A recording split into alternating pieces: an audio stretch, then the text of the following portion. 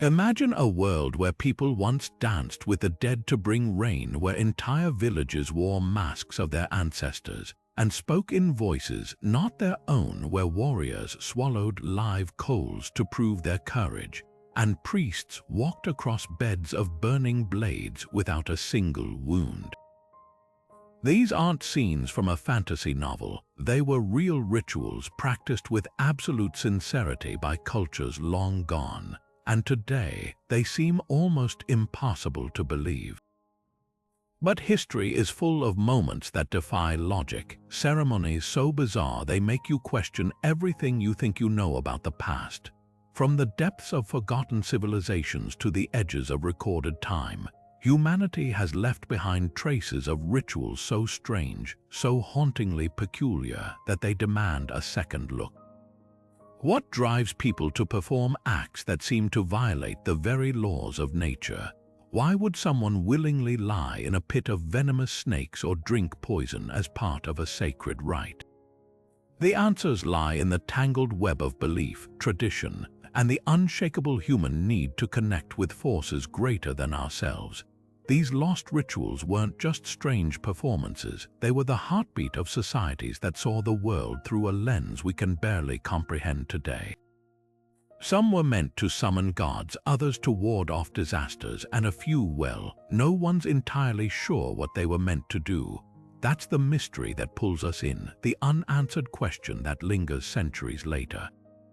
So today, we're stepping into the shadows of history to uncover 25 of the most bizarre lost rituals ever recorded, ceremonies that challenge reason, defy explanation, and leave even the most skeptical minds wondering if there was something more to them than meets the eye. We'll explore rituals that twisted the boundaries of pain and endurance, ceremonies that blurred the line between the living and the dead, and practices so cryptic that modern scholars still debate their true purpose. Some were beautiful, some terrifying, and some so utterly perplexing that they've been buried by time for good reason. But one thing's certain, by the end of this journey, you'll never look at history or humanity the same way again. In the summer of 1518, the streets of Strasbourg became the stage for one of history's most baffling spectacles. It began with a single woman, Frau Trophia, who stepped into the square and began to dance. Not a joyful, celebratory dance, but a frantic, jerking motion, as if her body were no longer her own. Within days, dozens more joined her, their limbs twisting uncontrollably under the scorching sun.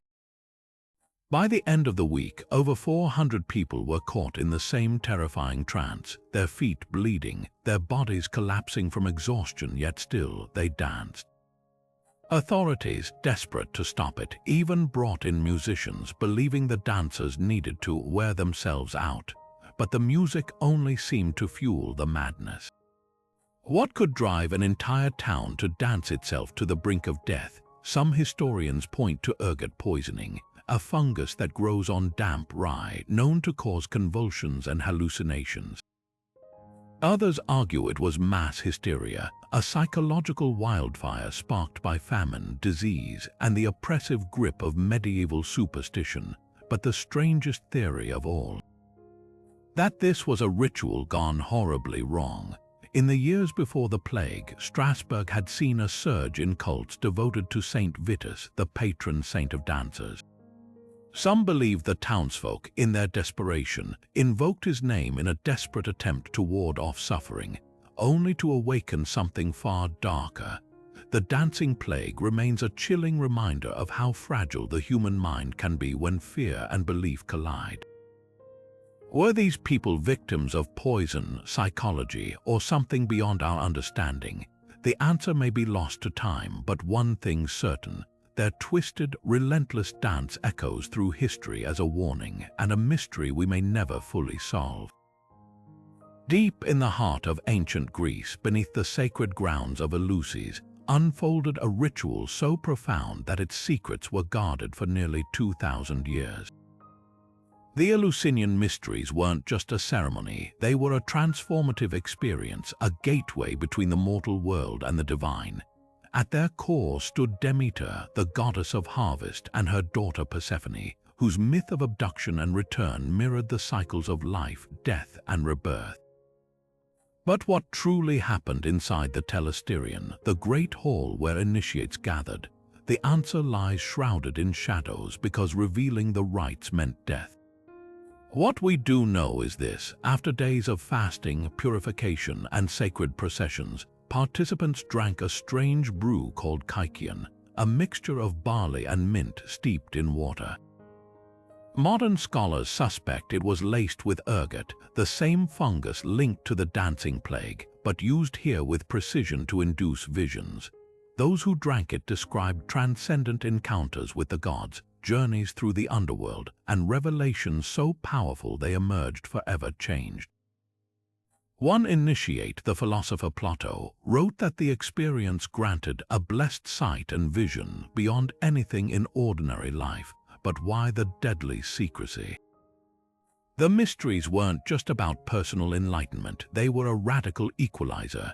Slaves stood beside emperors, women alongside men, all bound by the same oath of silence.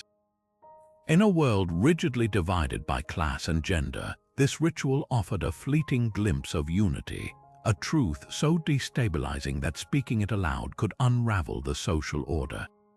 Even today, despite centuries of speculation, the full weight of what transpired at Eleusis remains locked away, not just by time, but by the unbroken vows of those who dared to partake. Their silence speaks volumes. Some truths are too potent to be told. The sagas tell of a punishment so brutal it still chills the blood centuries later, the Blood Eagle. Picture a warrior bound face down as his ribs were split from his spine, lungs pulled outward like crimson wings, all while he still drew breath. This was no mere execution. It was a theatrical offering to Odin, the All-Father who himself hung 9 nights on the world tree to gain wisdom. The victims weren't just criminals, they were sacrifices, their agony mirroring the god's own suffering. But did the Blood Eagle truly happen? The accounts come from Norse poetry and Icelandic sagas written centuries after the Viking Age, leaving historians divided. Some argue it's a literary invention, a metaphor for conquest as visceral as the Vikings' reputation. Others point to archaeological evidence, spine fractures in excavated remains that match the grisly procedure. What's undeniable is its symbolic power. The ritual transformed pain into a sacred spectacle, turning the body into a living altar. The spread ribs echoed the Valkyrie's wings, carrying the victim's spirit to Valhalla, while the writhing form became an offering to Odin's ravens, thought and memory. Perhaps the Blood Eagle's greatest horror lies in its duality, a fusion of torture and transcendence. In the Vikings' world, where honor meant everything, this ritual weaponized shame against enemies while elevating their deaths into something mythic. Even now, its legacy lingers in the uneasy space between history and legend, a reminder of how far humans will go to touch the divine, and how thin the line between brutality and devotion can be. When the Spanish conquistadors first entered the Aztec capital of Tenochtitlan, they stumbled upon a sight that would haunt their nightmares for decades. Rows upon rows of wooden beams stretched across city squares, each one strung with thousands of human skulls, gaping sockets staring blankly into the distance, teeth locked in eternal grimaces. These were the Ts Ampantli, the skull racks, and they weren't just trophies of war. To the Aztecs, they were sacred architecture, a bridge between life and death that kept the very cosmos in balance. The ritual began on the steps of towering temples, where captured warriors met their fate under the priest's obsidian blade, but death was only the beginning. Skulls were carefully flayed of flesh, drilled with holes, and threaded onto wooden poles in precise patterns, some stacked like beads, others arranged in geometric lattices that shimmered in the sun.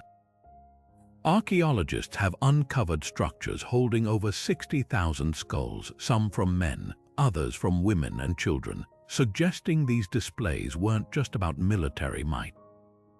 Every skull was an offering to the gods, a plea to keep the sun rising and the crops growing.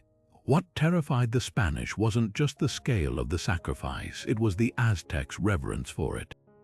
The Tezcatlipoca sat at the heart of their cities, near ball courts and marketplaces, a daily reminder that life sprang from death. Spanish chroniclers wrote of birds nesting in the hollow eye sockets, of winds whistling through the teeth as if the dead were whispering. They couldn't fathom a world where skulls weren't symbols of horror but of renewal. Modern excavations reveal even darker details. Some skulls show signs of healing from earlier wounds, proof that victims were kept alive between rituals, their pain stretched into years. Yet for all its brutality, the Tezcatlipoca held a tragic irony.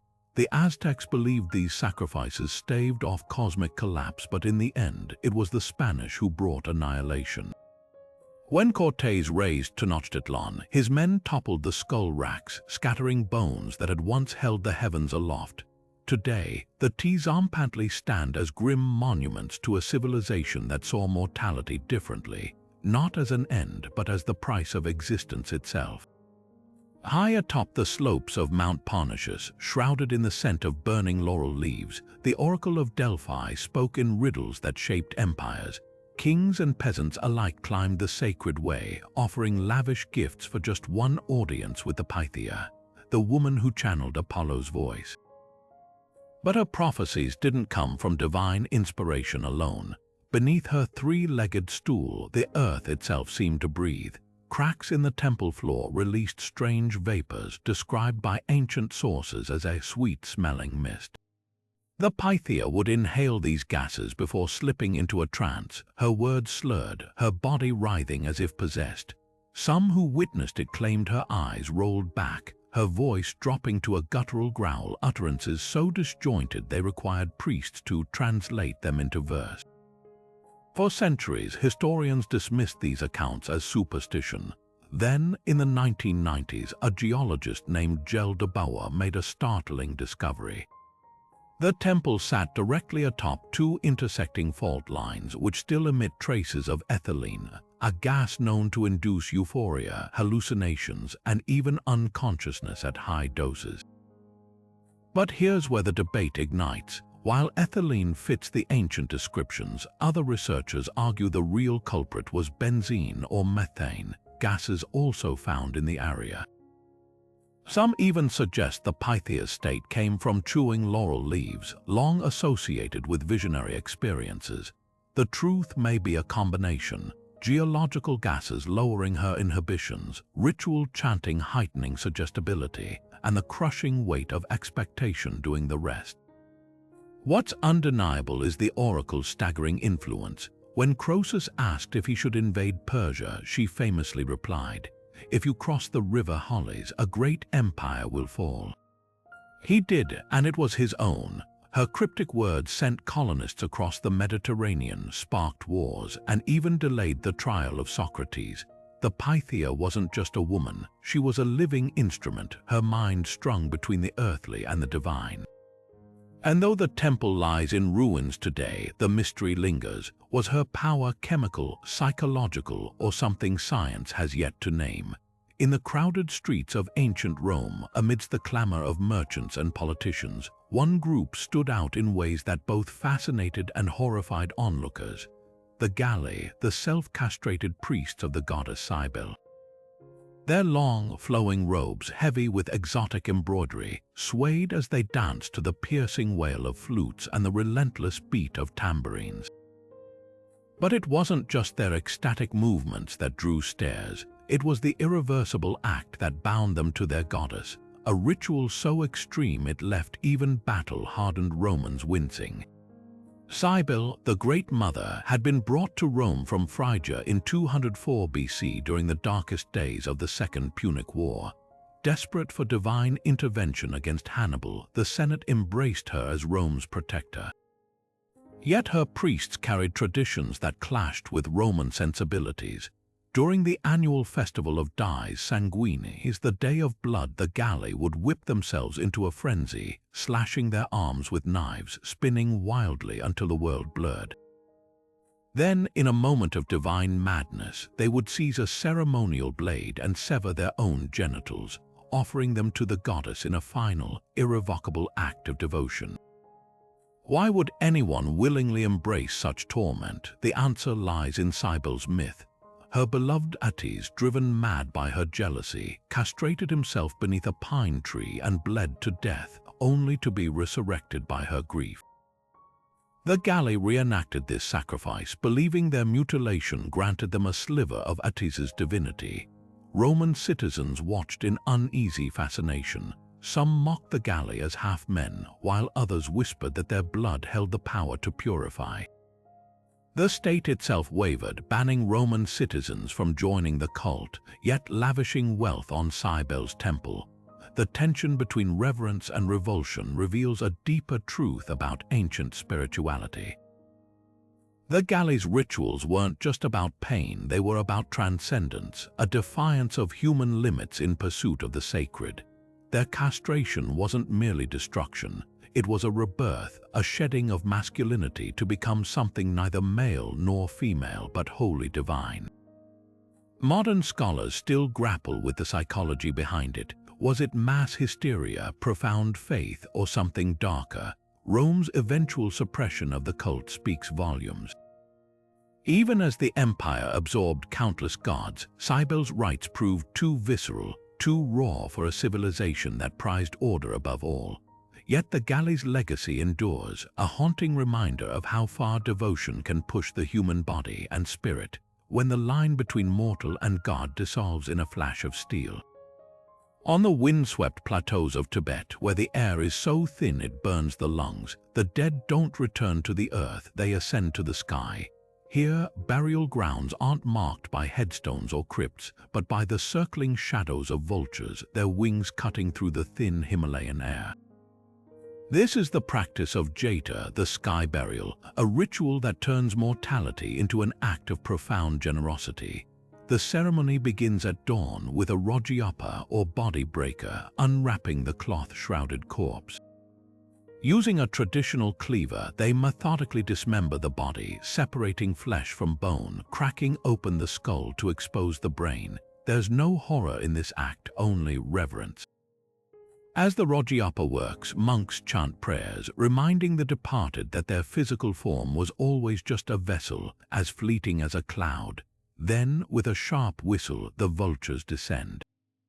Within minutes, what was once a human being is carried away on wings, nourishing creatures the Tibetans call sky dakinis, and angels who ferry the soul to its next rebirth. To outsiders, this might seem brutal, even grotesque, but in Tibetan Buddhism, it's the ultimate act of compassion.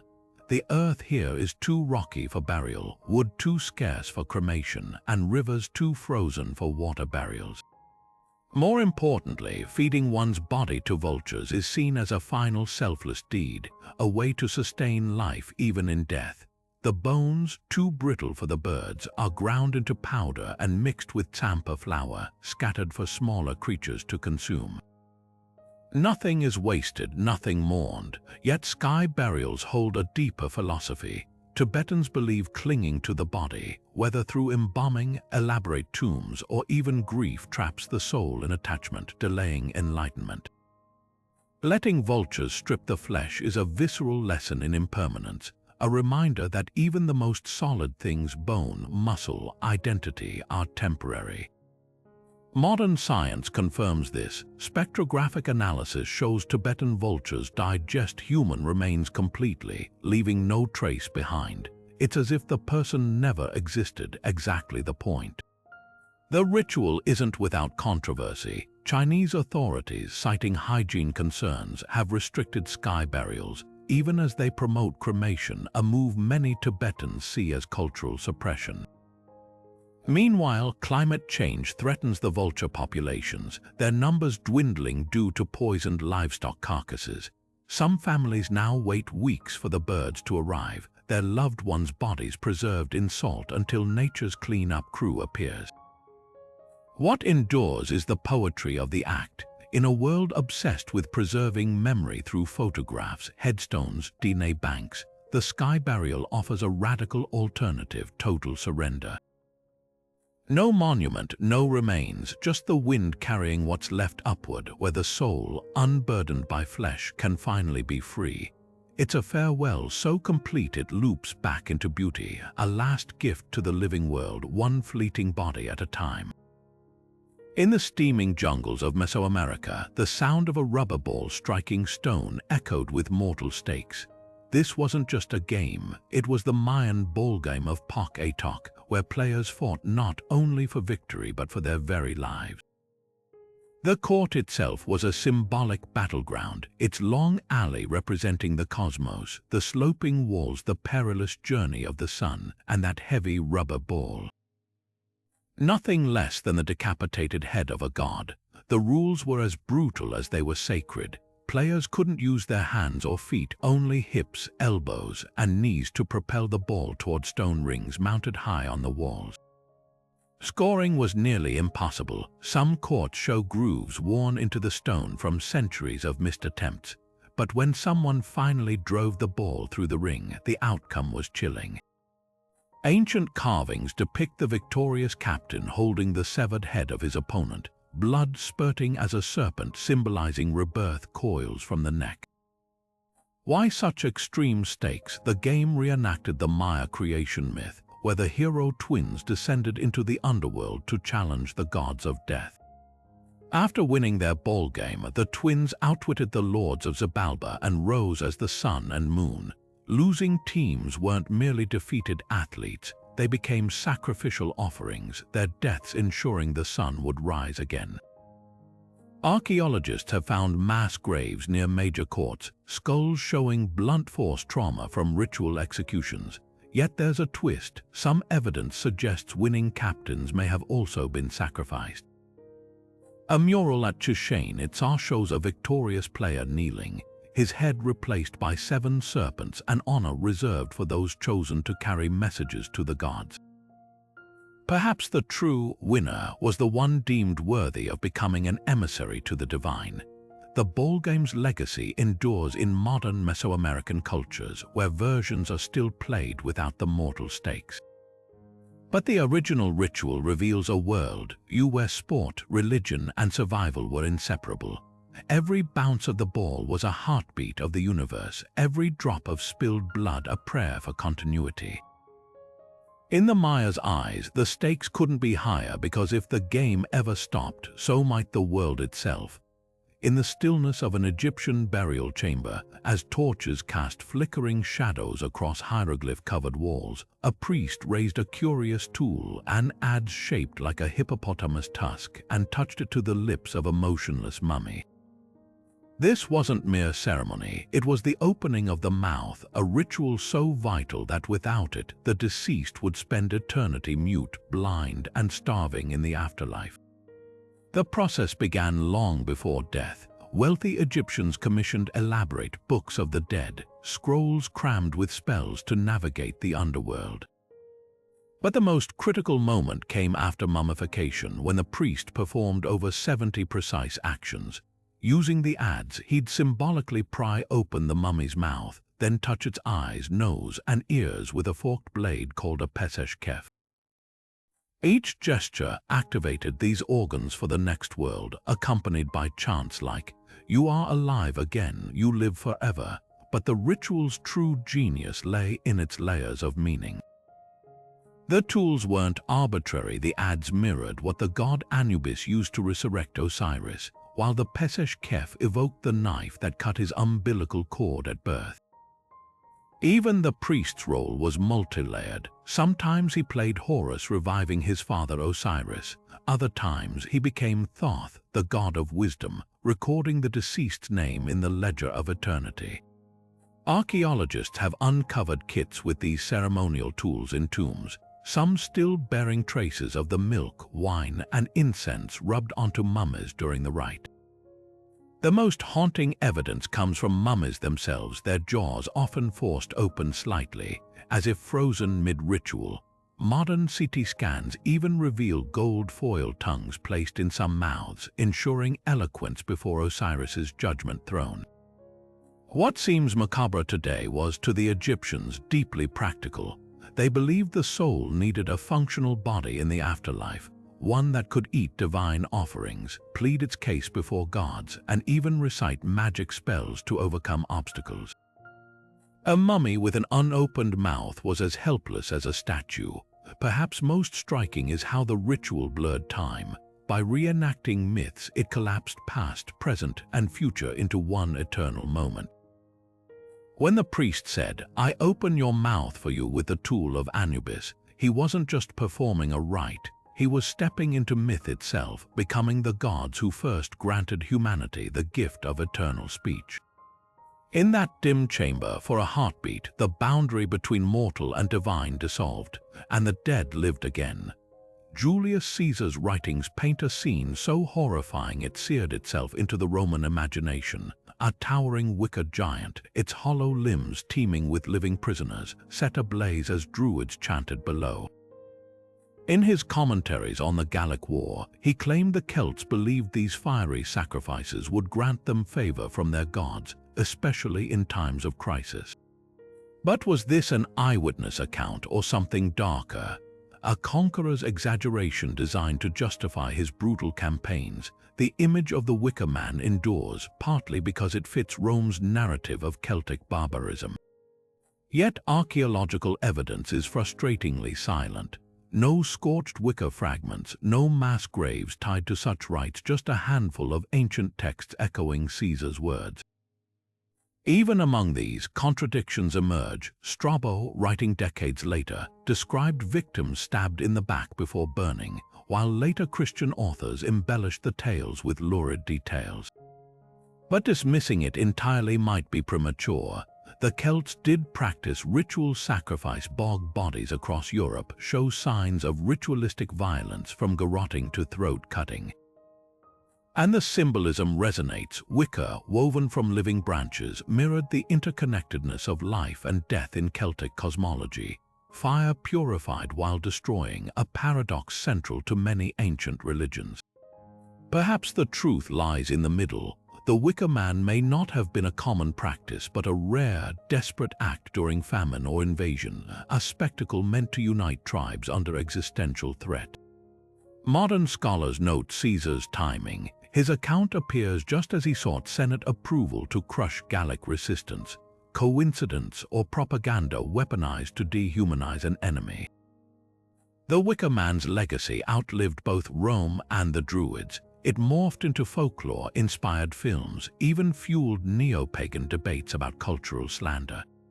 Yet its power lies in the unresolved question: how far will people go when survival hangs in the balance? Whether fact or fiction, the image lingers, a shadow puppet on history's wall, flickering between truth and terror. On the volcanic shores of ancient Hawaii, justice moved at the pace of a dying man's footsteps. At Paioloa, a sacred complex near modern-day Pearl Harbor, those who broke kapu. The stringent religious laws faced a punishment as simple as it was merciless. They were told to walk. Not in chains, not under the lash, but under the weight of their own transgressions, step by agonizing step, until their legs gave out and the gods claimed them. The ceremony began at dawn, with the condemned stripped of all possessions, their heads shaved as a mark of shame. No one laid hands on them, no weapons forced compliance. Instead, priests chanted the names of their crimes, eating forbidden foods, touching sacred objects, standing in the shadow of a chief, while drumbeats marked time like a slowing heartbeat. Then the offenders started walking. The path wasn't long, but it was relentless, sharp lava rock tearing at bare feet, the sun scorching exposed skin, thirst a growing torment as guards prevented any pause for water. Some collapsed within hours, others lasted days. Survival wasn't impossible, just unthinkable. To stop was to admit guilt, to continue was to beg for divine mercy. But here's the twist: the death march wasn't just about punishment. In Hawaiian cosmology, kapu violations disrupted the balance between humans and the gods, inviting disaster like famine or eruptions. The walk served as both atonement and spectacle, a public restoration of order. Witnesses, chiefs, commoners, even children, watched in silence as the offender's body became a living sacrifice, their suffering a plea to the gods to spare the community. Archaeologists have found petroglyphs near Paioloa depicting stick figures with bent backs, their lines trailing off as if fading into the earth. Oral histories speak of a final ritual. If the condemned reached the end of the path alive, priests might interpret it as a sign of forgiveness, sparing their life. Yet no records confirm this ever happened. The practice's brutality masked a brutal logic. In a society where survival depended on strict resource management and social hierarchy, kapu wasn't just law, it was lifeline. Breaking it endangered everyone. The marches, for all their cruelty, were a grim form of collective insurance, a way to redirect divine wrath onto a single body. When Christian missionaries arrived in the 1820s, they recoiled at Paioloa's legacy, branding it barbaric. But in their haste to condemn, they missed the deeper truth. The walks were never just about pain. They were about balance, a belief that one person's suffering could reset the scales of an entire world. Today, the site sits quietly, its history buried under layers of colonial judgment, but the stones remember. And if you listen closely, the wind still carries the echo of footsteps, a ghostly rhythm of justice served one endless step at a time. At the base of Mount Fuji, where the volcanic soil swallows sound and the trees grow unnaturally close, lies a place the Japanese call Aokigahara, the Sea of Trees. But this forest holds another, darker name, the Suicide Forest. Long before it became infamous for modern tragedies, Aokigahara was steeped in ancient ritual, a liminal space where the living walked alongside the dead. Those who entered with the intent never to return followed eerie, unspoken traditions, tying ribbons to mark their path, leaving wallets and notes on moss-covered rocks, sometimes even whispering final prayers to Jizo, the protector of lost souls. The ribbons, usually blue or white, seem innocuous at first glance, fluttering like fragile ghosts along the tree line, but their purpose is chilling. Some say they serve as guides for those who might change their minds, a way back from the brink. Others believe they're signals for the dead, offering directions to the afterlife through the forest's tangled maze. Then there are the belongings, photographs, diaries, even shoes, carefully arranged as if their owners simply stepped out of them. These aren't abandoned, they're relics, left behind so the living world can't follow where they're going. Local legends whisper that Aokigahara's pull isn't entirely psychological. The ground itself is magnetic, compasses spinning uselessly in certain spots, as if the earth refuses to let go. Ancient folktales describe Yurei, angry spirits of those who died in the forest, tugging at the sleeves of the living, their cold fingers guiding lost hikers deeper into the shadows. Even the trees play a role. Their roots twist unnaturally through lava tubes, creating caves where Buddhist monks once practiced sokushin, batsu, the ritual of self-mummification. The forest has always been a place of voluntary death, a threshold between worlds. Modern efforts to deter suicide, signs with messages like "Your life is precious," or patrols by volunteers clash eerily with the forest's lingering rituals. Some who have camped overnight report finding new ribbons tied in perfect knots, though no footprints lead to or from them. Others claim to hear faint voices reciting the Kotodama, the spiritual power of words, as if the forest itself is chanting last goodbyes. Aokigahara's rituals, both old and new, force a harrowing question. Is this place cursed, or does it simply hold up a mirror to despair? The ribbons, the notes, the silent trails, they're not just acts of surrender.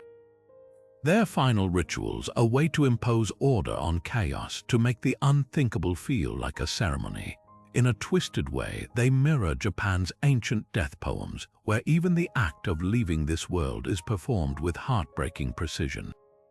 The forest doesn't judge, it accepts, and in that acceptance lies its most terrifying truth sometimes. The most haunting rituals aren't about summoning gods or appeasing spirits, but about the quiet, terrible moment when a person decides they'd rather be a ghost. For over 2,000 years, the Phoenician city of Carthage has been branded with one of history's darkest accusations, the ritual burning of children to appease the god Baal-Hamon. Roman and Greek historians described bronze statues with outstretched arms, glowing red-hot as infants were placed into their grasp, their cries drowned out by flutes and drums. The stories were so horrific they became Rome's justification for annihilating Carthage entirely. But how much of this was truth and how much was propaganda crafted by the victors? Archaeology tells a more complicated story. In the early 20th century, excavators in Carthage uncovered the Tophet, a sacred enclosure filled with thousands of small urns. Inside were charred bones, some belonging to animals, others to human infants. The inscriptions chilled researchers. To Baal-Hamon, that which was vowed, or simply, he heard my voice. At first glance, this seemed to confirm the ancient texts, but modern science reveals nuances that rewrite the narrative. Isotopic analysis shows many infants were stillborn or died of natural causes before being cremated. Some urns contain bones of different ages, suggesting familial burials over generations. This paints a picture not of mass sacrifice, but of a society that ceremonially offered their deceased children to the gods, much like other cultures practiced infant burial. Yet the debate isn't settled. A handful of urns show evidence of live burning, and certain periods, particularly during wars or famines, have higher concentrations of older children, hinting at desperate appeals to divine intervention. The Carthaginians themselves left no written records, so we rely on their enemies' accounts, which are hardly impartial. Roman writers like Diodorus Siculus spun lurid tales of parents watching stone-faced as their children burned, framing Carthage as a civilization so depraved it deserved eradication. But here's the twist: child sacrifice wasn't unique to Carthage. The Bible mentions similar rites in canon, and even Greece had legends like Iphigenia, sacrificed for fair winds to Troy. Rome itself exposed unwanted infants to the elements, a slower form of death but no less fatal. The difference: Carthage's rituals were weaponized against them. When Rome finally sacked the city in 146 BC, they salted the earth and declared it a moral victory, using the specter of child sacrifice to justify genocide. What lingers today isn't just a question of historical fact, but of how atrocities are remembered and who gets to write the narrative. The Tophet stands as a silent witness, its ashes holding secrets we may never fully unravel.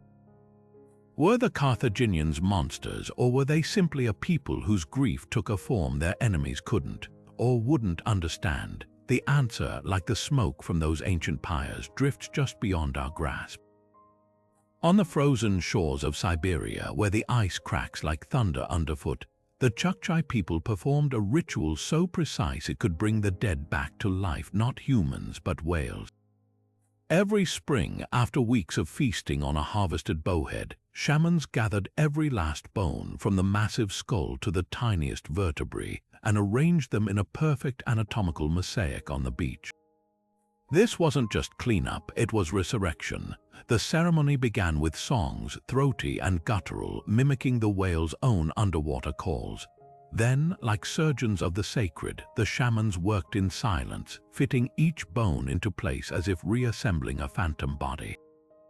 Ribs arched skyward like a ship's hull, the skull faced the horizon, and even the smallest flipper bones were positioned with eerie precision. Finally, they sprinkled the skeleton with seawater, whispering prayers to the spirit of the whale. "Grow new flesh, return to us again." To the Chukchi, this ritual wasn't symbolic, it was ecological alchemy. Their survival depended on the whale's annual return, and by rebuilding each harvested animal on land, they believed its spirit would remember its form and reincarnate in a new body. Anthropologists have found sites where these bone puzzles lay undisturbed for centuries, their alignment so exact it mirrors modern marine biology diagrams. But the ritual held a darker layer. If a single bone was lost or misplaced, the Chukchi feared the whale's soul would wander, deformed and angry, cursing future hunts. Oral histories tell of famines blamed on careless bone placement, of shamans diving beneath ice to retrieve a missing phalanx. This attention to detail reveals a profound understanding of interdependence, the idea that humans weren't just taking from nature, but participating in a cycle they were obligated to maintain. Modern science offers an uncanny validation. Whale carcasses that sink intact create whale falls, entire ecosystems that sustain deep sea life for decades. The Chukchi, though unaware of this phenomenon, instinctively honored it. Their bone rituals mirrored nature's own recycling, a spiritual parallel to biological decay. Today, as climate change thaws the Arctic, these ancient bone beds are emerging from permafrost, some still cradling stone tools left as offerings. They stand as silent witnesses to a world view where death was never an end, but a promise whispered between species: we will meet again. Rome in 186 BC was a city on edge. Military triumphs had brought wealth, but also whispers of corruption slipping into the Republic's foundations. Then came the scandal that would shake the empire to its core, the Bacchanalia. What began as a quiet Dionysian sect worshipping the Greek god of wine and ecstasy had twisted into something far darker in Roman eyes. By night, initiates gathered in caves outside the city, shadows flickering against walls stained with spilled wine. The air hung thick with the scent of fermented grapes and something more primal, the intoxicating promise that here social order dissolved. Slaves stood as equals to senators, women spoke prophecies in frenzied trances, and rumor swore the rites ended in blood. Senators investigating the cult reported horrors, initiates driven mad by hallucinogens, ritual murders disguised as sacrifices, and worst of all, allegations that the orgies weren't just hedonistic but designed to blackmail Rome's elite. The Senate's response was swift and brutal. A decree banned the Bacchanalia across Italy, authorizing executions without trial. Thousands were arrested, some committed suicide rather than face interrogation. The crackdown was so severe that even praising the rites in private became a capital offense. Yet for all its ferocity, the suppression failed to erase Bacchus. His followers simply went underground, their rituals evolving into secretive mystery cults that would later influence early Christianity. Modern historians question how much of the scandal was fact versus political paranoia. Frescoes in Pompeii show Bacchic revelry as artistic motifs, not evidence of violence. Some argue the cult's real crime wasn't depravity, but defiance. It offered women, slaves, and the disenfranchised a taste of power Rome couldn't tolerate. The Bacchanalia's legacy lingers in the tension between ecstasy and control, a reminder that even the mightiest empires fear what happens when the marginalized drink deep from the cup of liberation. In the sweltering heat of Haitian sugarcane fields, under the watchful eyes of colonial overseers, a horror beyond chains took shape, not through European brutality, but through an African survival tactic twisted into something unthinkable. This is where the zombie myth was born, not as Hollywood fantasy, but as a real pharmacological weapon forged in the crucible of slavery. The secret lay in a powder so potent it could mimic death itself, a blend of toxins refined from pufferfish, datura, and human remains, whispered to strip victims of their will and leave them hollow-eyed slaves to another's command. The ritual began with betrayal. A Baka or Vodun priest would deliver the powder through a scratch or ingested secretly in food. Within hours, the victim's pulse would slow to near undetectable, their breathing shallow, their skin cold, so convincingly dead that even doctors might declare them fit for burial. After interment, the Baka would exhume the corpse, now brain damaged from oxygen deprivation, and administer the antidote, a paste of sweet potato and datura to induce amnesia and docility. The result, a human being stripped of identity, memory, even the ability to refuse orders, trapped in a twilight between life and death. But here's the chilling truth: the poison wasn't the point. It was the theater. Colonial records from French plantations describe enslaved Africans resurrecting to terrify overseers, their return sparking panic that the dead could walk. Anthropologists like Wade Davis uncovered the real terror. This was psychological warfare.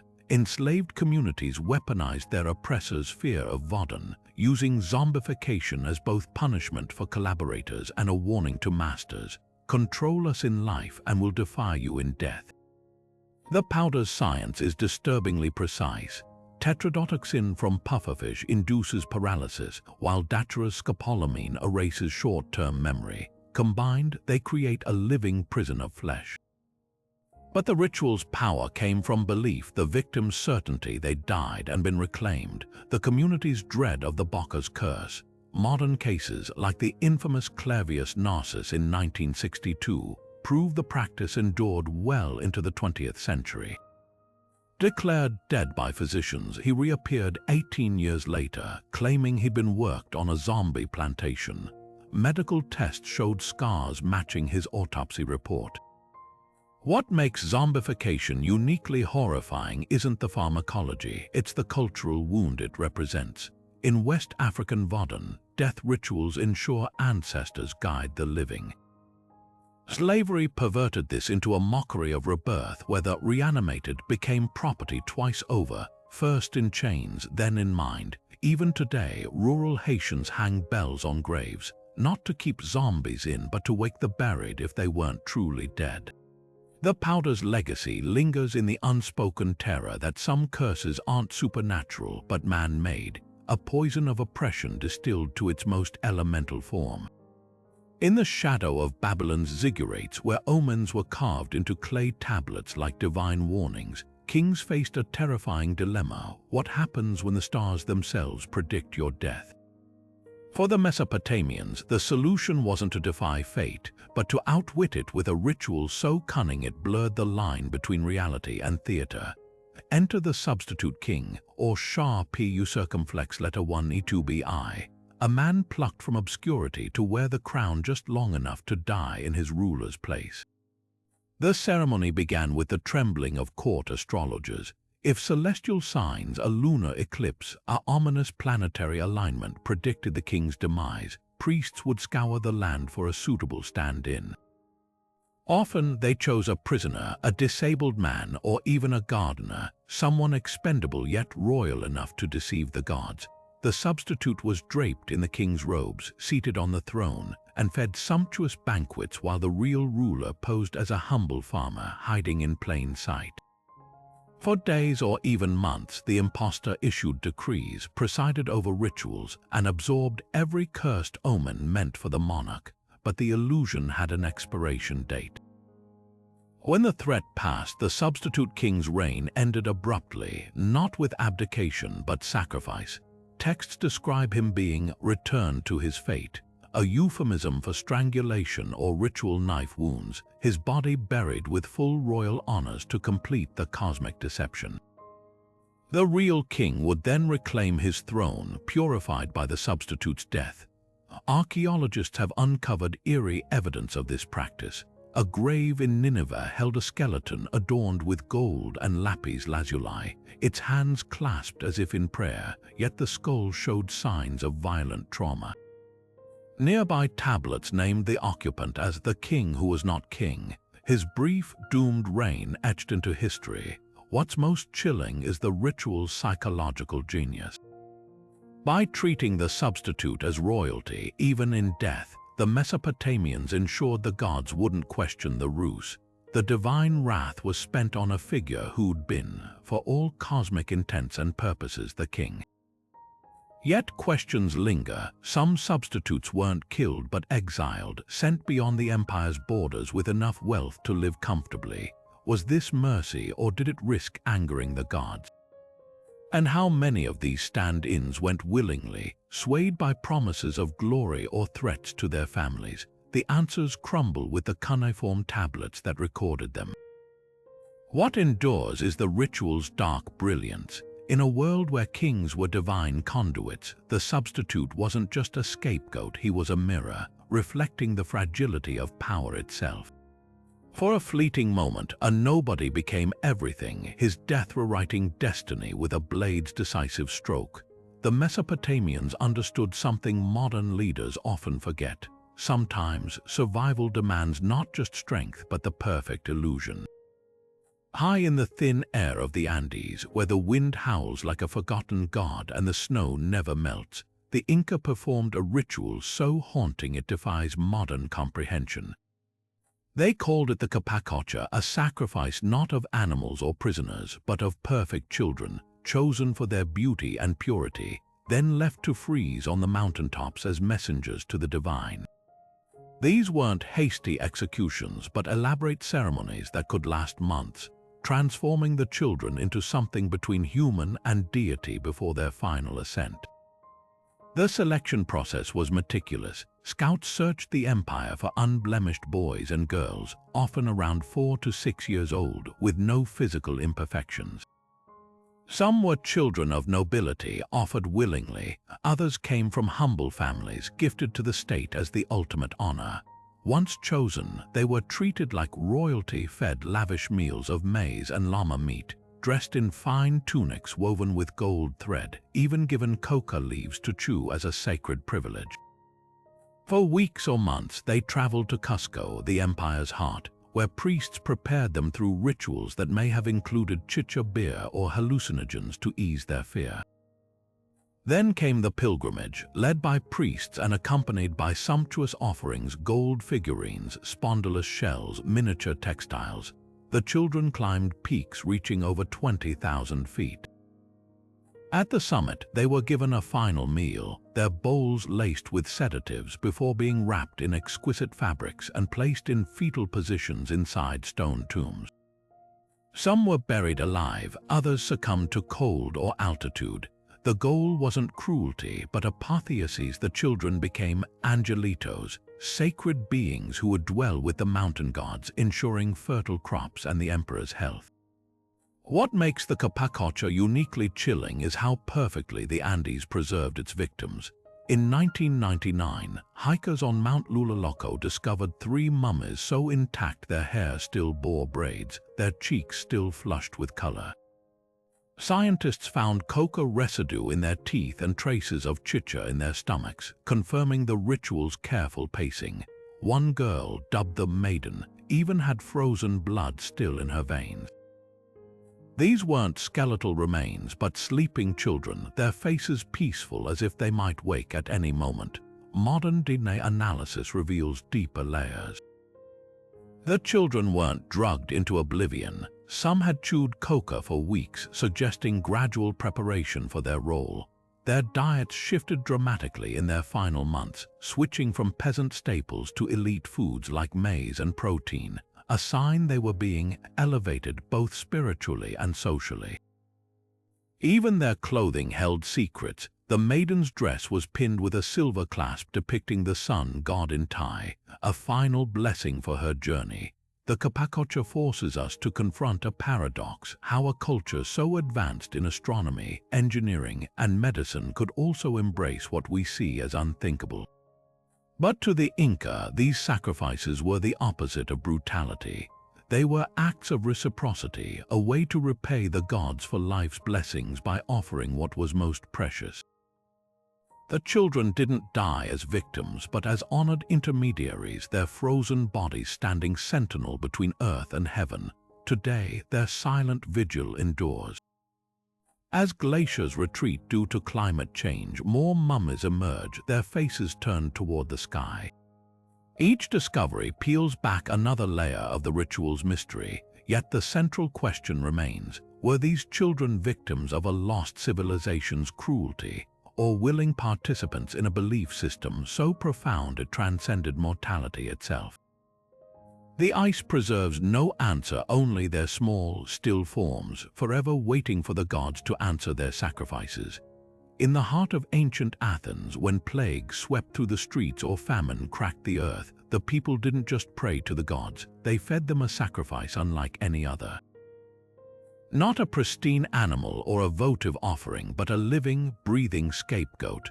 The Greeks called them the pharmakos, the human sin-eaters, and their fate was both horrifying and strangely sacred. The ritual began with selection. Cities didn't choose criminals or enemies for this role, but the most marginalized among them, beggars, the disabled or enslaved people deemed useless. These individuals weren't dragged kicking and screaming. They were pampered first, fed figs and barley cakes, even paraded through the streets like mock royalty. One account describes a man clothed in sacred garlands, his limbs anointed with oil, treated as if he carried the weight of a king's crown rather than a city's curses. Then came the expulsion. The pharmacos would be struck with leek stalks and sea onions, plants believed to have purifying properties, before being driven beyond the city walls, sometimes hurled from cliffs or stoned to death. In milder versions, they were simply banished, forced to wander as eternal outcasts, their bodies walking vessels for every drought, every sickness, every ounce of collective guilt the populace couldn't bear. The irony was brutal. The same society that celebrated democracy and philosophy could also convince itself that one broken life could cleanse thousands. But this wasn't just blind cruelty. The ritual mirrored deeper beliefs about contamination and renewal. Greek texts describe how the pharmacos would be rubbed against the city's walls as if sponging up spiritual grime. Their expulsion symbolically reset the social order, like a human reset button for divine wrath. Even the word pharmacos is hauntingly ambiguous. It could mean both poison and cure, a paradox wrapped in flesh. Modern echoes of this ritual linger in unsettling ways, from medieval plague-era flagellants to modern conspiracy theories that blame minorities for societal ills. The human urge to offload collective suffering onto a single, chosen target hasn't vanished, it's evolved. Even the term scapegoat itself originates from Leviticus, where a goat was literally burdened with sins and sent into the wilderness. The pharmacos reminds us that societies have always sought someone to carry what they can't stomach. Archaeology offers no graves marked pharmacos, no altars dedicated to their memory. They were meant to be forgotten, their very existence a stain scrubbed clean. Yet their legacy whispers through time, a dark footnote in humanity's dance with blame and redemption. When we point fingers during crises, we're not so far from those Athenian crowds clutching their leeks and praying not for mercy, but for someone, anyone, to bear the weight of their fear. For nearly 1,000 years, the daughters of China endured a ritual that twisted beauty into agony, foot binding. What began as a courtly fashion among Song dynasty elites in the 10th century spiraled into a nationwide obsession, one that fused spiritual symbolism with excruciating physical transformation. The process started young, between 4 and 7 years old, when a girl's toes were broken and folded under her feet, then wrapped tightly in silk bandages that grew dirtier and tighter as weeks passed. The goal: to mold the foot into the mythical golden lotus, a 3-inch curve believed to resemble a sacred lotus blossom floating on water. But this wasn't just about aesthetics.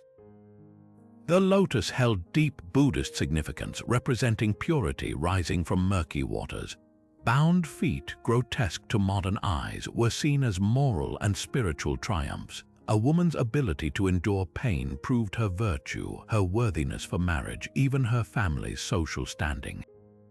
The ritual was performed by mothers and grandmothers, passing down not just technique but the belief that suffering was the price of transcendence.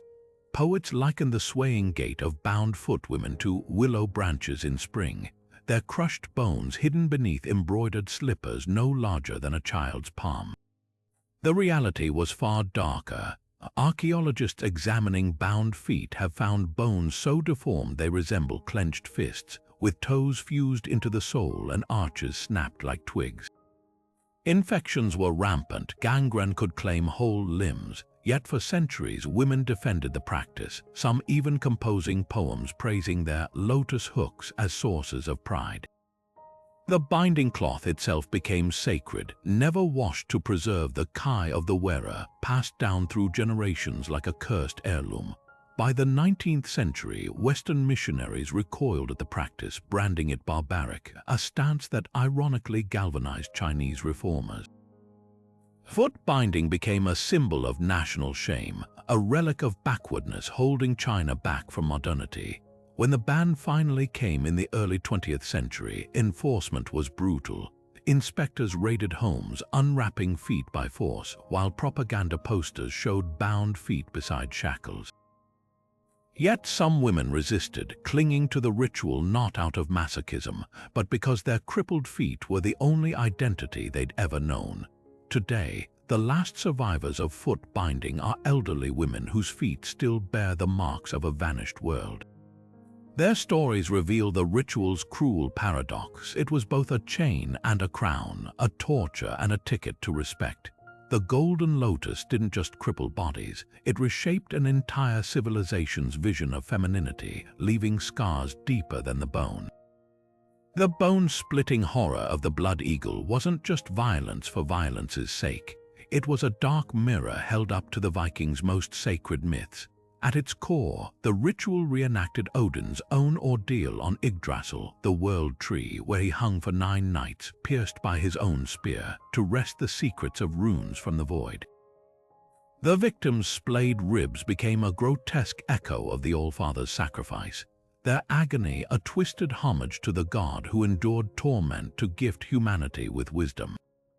But where Odin's suffering brought enlightenment, the Blood Eagle weaponized pain as spectacle, transforming the condemned into a living altar. Honor was the brittle spine of Viking society, and the Blood Eagle played on that obsession with devastating precision. Sagas describe victims as oath-breakers, kings who'd betrayed trust or warriors who'd shown cowardice. The ritual wasn't merely execution. It was poetic justice, a physical unraveling of the self that mirrored the social death of dishonor. The lungs, pulled outward like wings, weren't just for shock value. They symbolized the extinguishing of breath, of voice, of all that made a man part of the community. In a culture where reputation outlasted the body, the Blood Eagle ensured the condemned's name would be remembered only as a warning. Yet the ritual's power also lay in its ambiguity. Some scholars argue the wings weren't lungs at all, but the ribs themselves shaped into a carrion bird silhouette, a nod to Odin's ravens, thought and memory, who carried whispers of the dead to Valhalla. Others point to the ritual's possible origins in initiation rites, where warriors underwent symbolic death and rebirth. The Blood Eagle's visceral imagery blurred boundaries between punishment and offering, between human and beast, even between sacrifice and sacrament. The debate over its historical reality only deepens its mythic weight. Whether fact or legend, the Blood Eagle endures as a testament to how far a culture will go to weave pain into meaning, to dress brutality in the robes of the divine. It forces us to confront a truth as sharp as any Viking blade. Sometimes the most terrifying rituals aren't just about death, but about what we're willing to destroy in the name of what we hold sacred. Beneath the bustling streets of modern Mexico City, archaeologists have unearthed secrets that force us to rethink everything we knew about the Aztec Tezcatlipoca. In 2015, workers digging near the Templo Mayor stumbled upon a circular structure unlike any other, a tower of over 670 skulls, meticulously embedded in lime mortar, their hollow eye sockets staring inward like some macabre honeycomb. But this wasn't just another display of war trophies. The arrangement was deliberate, almost architectural, with skulls stacked in concentric circles around a central post, suggesting these remains weren't merely warnings, but part of a sacred geometry meant to channel divine energy. Then came the real shock. Mixed among the expected skulls of young warriors were those of women and children, some as young as 3 years old. Forensic analysis revealed their teeth showed signs of malnutrition, their bones marked by repeated stress fractures. These weren't enemy combatants, they were likely slaves, tributes from conquered regions, or even Aztec citizens offered during times of crisis. The discovery shattered the simplistic notion that the Tezcatlipoca existed solely to intimidate foes. Instead, it paints a far more complex picture. skull racks as cosmic recycling plants where every life, regardless of age or status, could be transformed into spiritual fuel.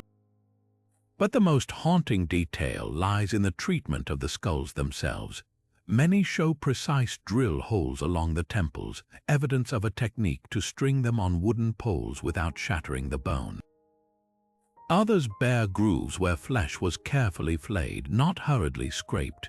This wasn't butchery, it was ritual dissection, performed with the same reverence a priest might show while preparing a sacred offering. Some skulls even display signs of healing from earlier injuries, proving they belonged to individuals who lived for years after initial wounds, perhaps kept as living reminders of their eventual fate. Modern technology peels back even darker layers. Isotope testing on teeth from these skulls traces their origins across Mesoamerica, revealing the Aztec Empire's vast reach. Strontium levels in bone matter suggest some victims spent their final months in Tenochtitlan, eating maize-based diets that differed from their homeland's cuisine. They weren't just killed, they were absorbed into the empire's rhythms before becoming part of its spiritual infrastructure. What emerges is a paradox that teases Ompantli as both monument and membrane, a place where the Aztecs negotiated the boundaries between life and death, empire and cosmos. Spanish accounts describe the skull racks as symbols of terror, but archaeology suggests they were also places of transformation, where individual identities dissolved into collective purpose. Every skull, whether warrior or child, became a brick in the invisible wall holding back chaos. As excavations continue, each discovery forces us to confront uncomfortable questions. Was this ritual brutality or profound cosmology, a tool of oppression or an act of communal survival? The bones offer no easy answers, only silent testimony to a world where death wasn't an end, but a thread woven tightly into the fabric of existence. And perhaps that's the most unsettling truth of all the teas. Ompantli doesn't just challenge our morals, but our very understanding of what it means to be human in a universe far stranger than we ever imagined.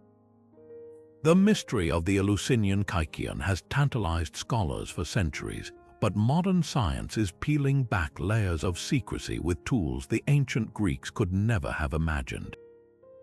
Recent biochemical analysis suggests the barley-based drink might have contained more than just ergot.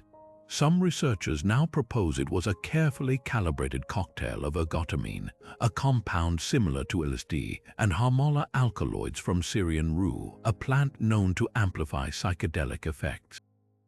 This combination wouldn't just induce visions, it could trigger near-death experiences, a phenomenon that aligns with initiates' accounts of dying and being reborn during the rites.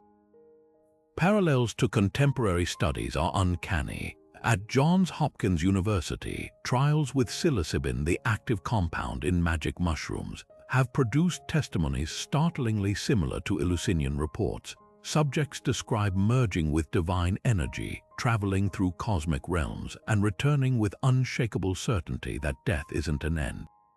One participant even recounted encountering a goddess figure resembling Demeter, her presence radiating what he called ancestral wisdom. These echoes across millennia raise a provocative question: were the mysteries less about secrecy and more about safeguarding a technology of transcendence, one that modern neuroscience is only now beginning to understand? Yet the Kykeon's power may have lain not just in chemistry but in context. Ethnobotanists point to the Amazonian ayahuasca ceremonies, where the brew's effects are shaped by ritual fasting, chanting, and darkness, much like Eleusis' multi-day preparations.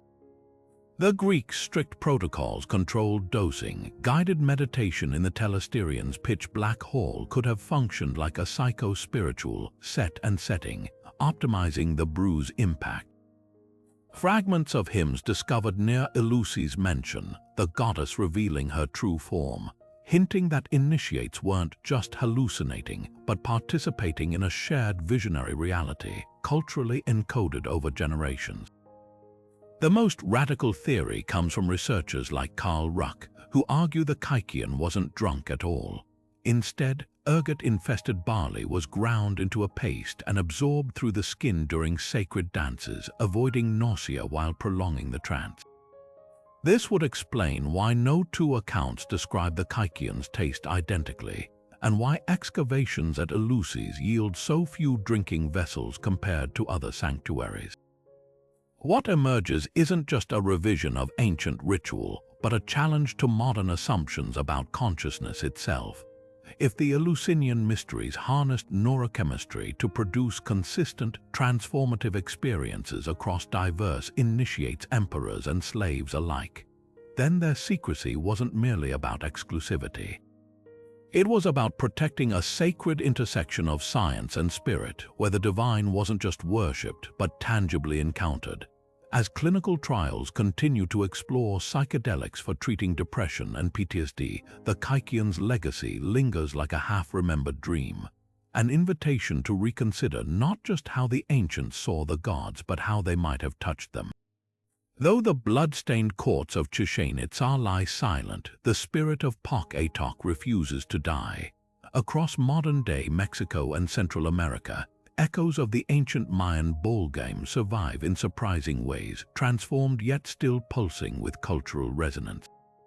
In the Mexican state of Sinaloa, players of Ulama, a direct descendant of the ritual sport, still use their hips to propel a heavy rubber ball across makeshift courts. The game looks familiar, the same sloped walls, the same impossible angles, even the same eerie thud of rubber striking stone. But gone are the sacrificial knives, replaced by cheering crowds and prize money. The most striking survivor is Ulama de Cadera, hip Ulama, where teams clad in traditional loincloths and protective padding battle for hours, their bruised torsos bearing witness to the game's enduring physicality. Archaeologists have noted uncanny parallels. Modern players unconsciously mimic poses found on ancient reliefs, their bodies bending at identical angles to deflect the ball. Even the scoring system retains ancient quirks. Points aren't just earned by hitting markers, but by forcing errors through psychological exhaustion, a subtle nod to the mind games that once decided life or death. Yet the deepest legacy lies in symbolism. For the Maya, the ball represented the sun's perilous journey through the underworld. Today's players may not fear decapitation, but the cosmic metaphor endures. In some indigenous communities, matches are still played during solstices, the ball's arc mirroring the sun's trajectory. The ball itself remains sacred. Craftsmen in Veracruz harvest latex using techniques unchanged for millennia, chanting prayers as they mold the sticky sap into spheres. Not all traditions softened equally. In the Guatemalan highlands, the Kayich Maya play charge with fire literally. The ball is set ablaze before play, its flames licking dangerously close to competitors as it rockets through the air. Some scholars believe this harks back to pre-Columbian rituals where the ball symbolized a meteor, its fiery descent embodying celestial warfare. The chaos of charge, players lunging through smoke, spectators dodging embers, offers a visceral glimpse into how the original game might have felt before the stakes turned mortal. Perhaps the most poignant adaptation is in Belize, where Garifuna communities have fused Poc-Atoc with African drumming traditions. Here, the ball's rhythm against the court blends with gem beats, turning each match into a living history lesson. Elders recount how their ancestors, brought as enslaved people, recognized eerie similarities between the Mesoamerican ball game and West African wrestling rituals, both seen as contests to channel divine energy. The synthesis created something new yet ancient, proving that even the most brutal rituals can find redemption in cultural survival. What makes these modern versions so fascinating isn't just their persistence, but their transformation. Where once the game enforced a cosmic order through blood, it now binds communities through shared heritage. The courts may be smaller, the stakes less dire, but the echo of that sacred rubber ball still carries the whispers of a civilization that believed play could shape destiny.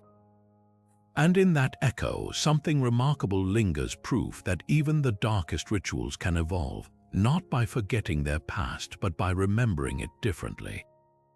Beneath the sacred smoke of Delphi, the Pythia wielded a power that defied the rigid gender norms of ancient Greece, a woman speaking truths that kings and conquerors dared not ignore. While most Greek women lived cloistered lives, their voices muffled by patriarchal control, the Pythia stood alone as the unchallenged mouthpiece of Apollo, her prophecies shaping wars, migrations, and the very fate of nations. Modern feminist scholars argue this wasn't just a fluke of religious tradition, but a radical subversion buried within the system. The Pythia's trance state, long dismissed as mere intoxication, may have been a form of sacred autonomy, a temporary transcendence of the female body's societal constraints, where her words carried divine authority no man could question. The rituals surrounding her role reinforce this interpretation. Before descending into the Adyton, the temple's innermost sanctum, the Pythia bathed in the Castalian spring, a symbolic rebirth that stripped away societal identity. She dressed in virginal garments not as a reflection of purity culture, but as a marker of liminality, neither wife nor mother, but a vessel straddling mortal and divine realms. The chewing of laurel leaves, often framed as a hallucinogenic aid, might also represent a deliberate reclaiming of Daphne's myth, the nymph who transformed into a laurel tree to escape Apollo's pursuit. In this light, the Pythia's rituals become acts of resistance, weaponizing the god's own symbols to carve out a space for female authority. Even the Pythia's notorious ambiguity carries feminist undertones. Unlike the blunt commands of male oracles like Zeus at Dodona, her riddles demanded interpretation, privileging nuance over brute force. Classicist Mary Lefkowitz notes how figures like Croesus misread her warnings at their peril, suggesting the Pythia operated within a distinctly feminine mode of knowledge, one that embraced paradox and required active engagement rather than passive obedience. Her power lay not in domination but in the destabilizing act of making men listen. Yet the Pythia's legacy is bittersweet. The same culture that revered her also sanitized her influence. Later historians reduced her to a puppet, claiming priests manipulated her utterances or that her trances were hysterical fits. Archaeological evidence tells a different story. Inscriptions reveal the Pythia occasionally spoke directly to petitioners without priestly intermediaries, and her prophecies often sided with the marginalized, advising clemency for enslaved people, endorsing foreign cults, even challenging militaristic policies. The most striking example comes from a 4th century BC inscription where the Pythia rebukes a group of men for questioning her authority, declaring, "You do not command the god commands you." Perhaps the most radical reinterpretation emerges from contemporary priestesses in neo-pagan traditions, who have revived the Pythia's rituals as acts of empowerment. At modern Delphi, women channeling the Pythia's spirit report feeling an ancestral connection to the oracles of old, not as passive conduits, but as active participants in a lineage of female wisdom. Their experiences echo recent neuroscientific studies on trance states, which suggest altered consciousness can amplify agency rather than diminish it, allowing marginalized voices to bypass societal filters. The Pythia's true power may lie in her contradictions, a woman silenced by society yet amplified by the divine, a figure bound by ritual who shattered expectations with every uttered prophecy. She forces us to confront an uncomfortable truth, that history's most enduring female voices often spoke through systems designed to suppress them, turning the machinery of oppression into a megaphone. In the flickering light of the Adyton, between the whispers of the earth and the weight of empire, the Pythia wasn't just predicting the future, she was rewriting the rules of who got to shape it. From dancing plagues to sky burials, from whispered oracles to bones rebuilt for the dead, humanity's lost rituals form a haunting mosaic of what it means to seek meaning in an unpredictable world. These ceremonies weren't just acts of superstition, they were desperate conversations with the unknown, attempts to impose order on chaos through sacrifice, spectacle, and sometimes sheer terror. What unites them isn't their strangeness, but the raw humanity beneath, the hope for rain, the fear of extinction, the longing to touch something greater than ourselves. Consider the contrasts. The Aztecs piled skulls to the sun, believing death nourished life, while the Chukchi reassembled whale skeletons with the care of midwives, convinced their reverence could rebirth the hunted. The Greeks exiled their pain in human scapegoats, while the Inca froze children in eternal purity atop mountains. Each ritual, no matter how alien it seems, was a mirror held up to its culture's deepest obsessions: honor for the Vikings, balance for the Hawaiians, transcendence for the initiates of Eleusis. Even the most brutal rites were rooted in love for community, for gods, for survival itself. Yet these rituals also expose uncomfortable truths: how easily devotion tips into cruelty, how quickly fear twists into fanaticism. The Carthaginian Tophet and the Wicker Man remind us that societies often justify horror in sacred language, while the Pharmakos and substitute kings reveal how readily we sacrifice the vulnerable to calm our collective dread. There's a reason so many of these practices died with the civilizations that birthed them, not just from outside suppression, but from their own inherent fragility. A world where children freeze on peaks or dancers collapse in streets is a world forever teetering on the edge of its own convictions. But here's the paradox: in their extremity, these rituals make our own beliefs visible. Modern cultures may not chant over hallucinogenic brews or string skulls on poles, but we still seek control through ceremony, whether in courthouses, operating rooms, or the quiet rituals of grief. The Pythia's gases and the Kykeon's chemistry find echoes in clinical trials exploring psychedelics for healing. We haven't abandoned the quest to touch the divine, we've just swapped temple incense for laboratory sterilizers.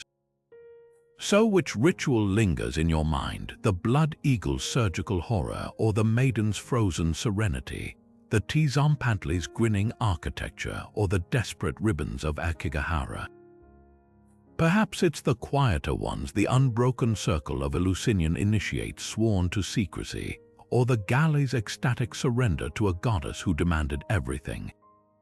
Each is a thread in the vast, tangled tapestry of human yearning. Share your thoughts below, not just which ritual shocked you, but why. What does it reveal about us then and now? Because history's strangest ceremonies aren't just relics, they're invitations to question, to empathize, and to wonder. If we'd been born in another time, under another sky, what might we have believed enough to bleed for? The answers might surprise you. After all, the greatest mystery isn't why these rituals existed, it's how much of their spirit still whispers in